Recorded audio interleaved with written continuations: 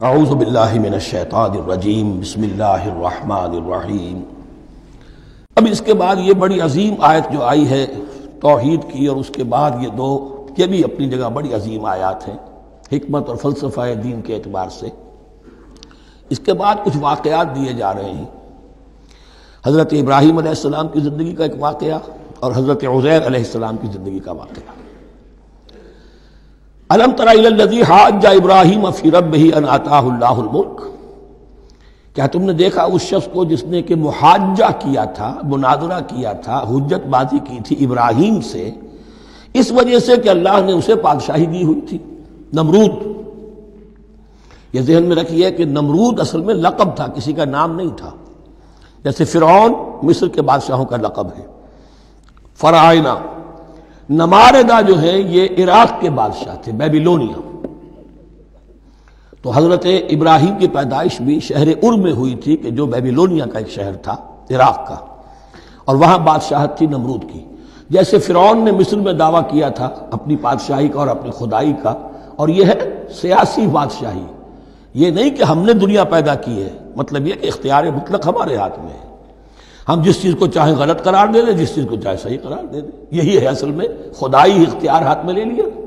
اللہ کا حق ہے تحلیل و تحریم، کسی شے کو حلال کرنا، کسی کو حرام قرار دینا، اختیار واحد اللہ کے ہاتھ میں ہے۔ جس شخص نے بھی اپنے ذمے لے لیا، قانون سازی کا اختیار لے لیا، اللہ کے قانون سے آزاد ہو کر، وہی طاغوت ہے، وہی شیطان ہے، وہی نمرود ہے، وہی فرعون ہے۔ تو اس نے، وہ نمرود نے کہا، محاجہ کیا، اس قال ابراہیم ربی الذی یحیی و یمیت، میرا رب تو وہ ہے جو زندہ کرتا ہے اور مارتا ہے۔ قال انا احیی و امیت، انہوں نے کہا میں بھی کر سکتا ہوں۔ اس نے جیل سے دو قیدی منگوائے، دونوں کنڈیمڈ تھے، اور ایک کی گردن وہیں اڑائی اور ایک کو کہا جاؤ معاف، دیکھو میں نے جس کو چاہا زندہ رکھا اور جس کو چاہا مار دیا۔ حضرت ابراہیم نے دیکھا کہ یہ کٹ حجتی پر اترا ہوا ہے، تو الاجوبۃ المسکتہ، جواب ایسا دیا جانا چاہیے کہ جو اس کو چپ کر دے۔ قال ابراہیم فإن اللہ یاتی بالشمس من المشرق فأت بها من المغرب، حضرت ابراہیم نے فرمایا اللہ تو سورج کو نکالتا ہے مشرق سے، اگر تو خدائی کا مدعی ہے تو نکال کے دکھا اسے مغرب سے۔ فبہت الذی کفر، تو مبہوت ہو کر رہ گیا وہ کافر، اب اس کے پاس کوئی جواب نہیں تھا۔ واللہ لا یہدی القوم الظالمین، اور اللہ ظالموں کو ہدایت نہیں دیا کرتا۔ ہدایت تو نہیں ہوئی، چپ ہو گیا۔ لیکن چپ کیا ہوا، اس کے بعد تو فیصلہ ہوا کہ انہیں آگ میں جھونک دیا جائے۔ او کالذی مر علی قریۃ وہی خاویۃ علی عروشہا، یا پھر اس شخص کے واقعے کو ذرا یاد کرو، کیا تم نے نہیں دیکھا کہ جس کا گزر ہوا ایک بستی پر، اور وہ اوندھی پڑی ہوئی تھی اپنی چھتوں پر۔ اگرچہ مختلف تفاسیر میں مختلف آپ کو شاید اس کی تعبیرات ملے، یہ اصل میں ہوا ہے کہ جب نمرود، جس کا نام تھا بخت نصر، نیبوکیڈنیزر، اس نے 586 قبل مسیح میں، حضرت مسیح سے 586 قبل، اس نے حملہ کیا فلسطین پر۔ دیکھیے عراق اور فلسطین کی، اسرائیل کی اور عراق کی اس وقت بھی سب سے بڑی دشمنی ہے آپس میں، وہی دشمنی جو ہے 2500 سال پرانی بھی ہے۔ اس نے، وہ نمرود بابل، نیبوکیڈنیزر جس کا نام تھا، اس نے حملہ کیا۔ 12 لاکھ کی آبادی تھی، 6 لاکھ کو قتل کیا، اور 6 لاکھ کو بھیڑوں بکریوں کی طرح ہانکتا ہوا قیدی بنا کر لے گیا۔ 150 برس تک کیپٹیوٹی میں رہے ہیں یہ، اور یروشلم اجڑا رہا ہے۔ کوئی نفس نہیں، کوئی متنفس نہیں تھا، کوئی انسان نہیں، کوئی 2 اینٹیں سلامت نہیں چھوڑی۔ اسی وقت وہ ہیکل سلیمانی جو ہے وہ شہید کیا گیا، اور ان کے کہنے کے مطابق اس کے ایک تہخانے میں وہ تابوت سکینہ بھی تھا، جہاں ربائی ان کے موجود تھے، اور وہ ربائی بھی وہیں پر ان کی موت واقع ہوئی، اور تابوت سکینہ بھی ہے، اگر ان کا قول صحیح ہے۔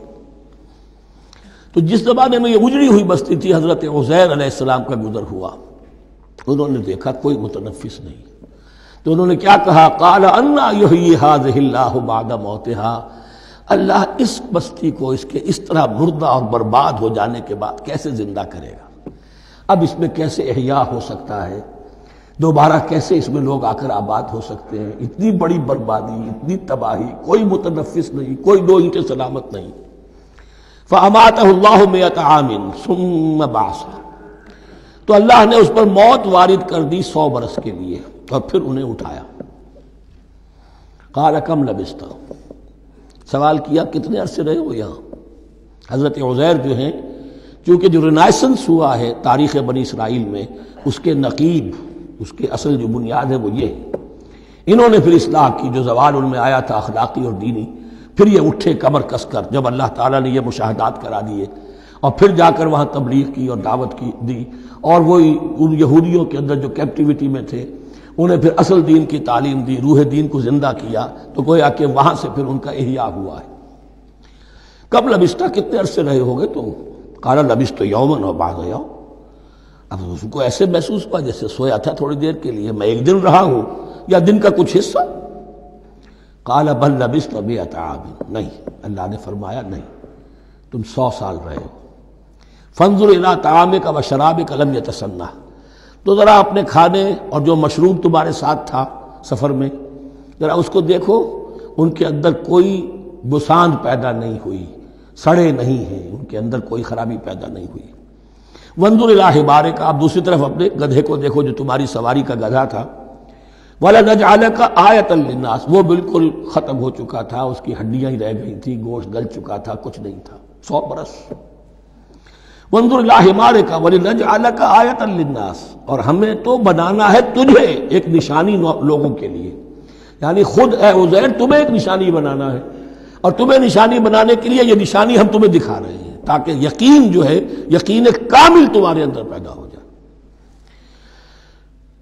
وانظر الی حمارک ولنجعلک آیۃ للناس وانظر الی العظام، اب دیکھو ان ہڈیوں کو، کیف ننشزھا، کیسے ہم انہیں اٹھاتے ہیں، ابھارتے ہیں، وہ ہڈیاں خود ابری اور جڑ کر کھڑی ہو گئی۔